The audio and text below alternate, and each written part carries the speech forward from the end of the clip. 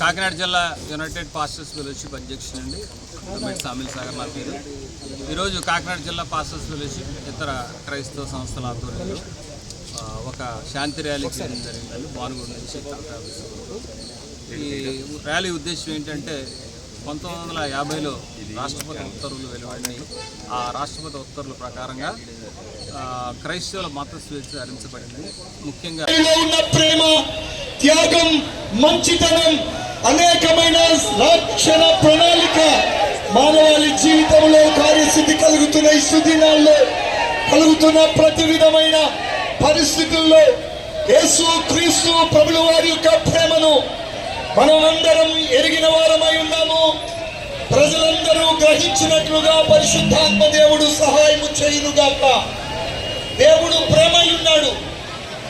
ఆయన త్యాగం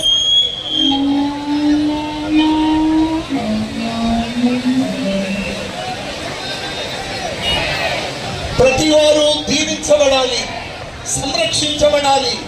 ఇక ముందు దీవెన పొంది ఈ లోకయాత్ర ముగించిన తర్వాత యుగ యుగాలు పరలోకములో జీవించాలనే రక్షణ సంకల్పాన్ని సిద్ధపరిచిన యేసు ప్రేమ మనము అర్థం చేసుకోవడం భాగ్యవంతం, ఆశీర్వాదం, ధన్యకరం. అందుకే పరిశుద్ధ వేద గ్రంథం చెప్తుంది, దేవుడు లోకమును ఎంతో ప్రేమించాడు. ఎవరైనా ప్రేమిస్తే షరతులుంటాయి, హద్దులుంటాయి. కానీ యేసయ్య ప్రేమలో షరతులు లేవు, హద్దులు లేవు.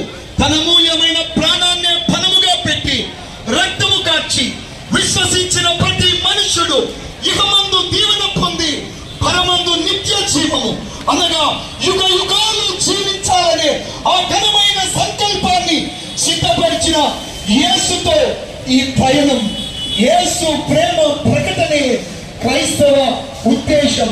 ప్రభు ప్రేమ అపారమైనది, శాశ్వతమైనది, నిర్మలమైనది.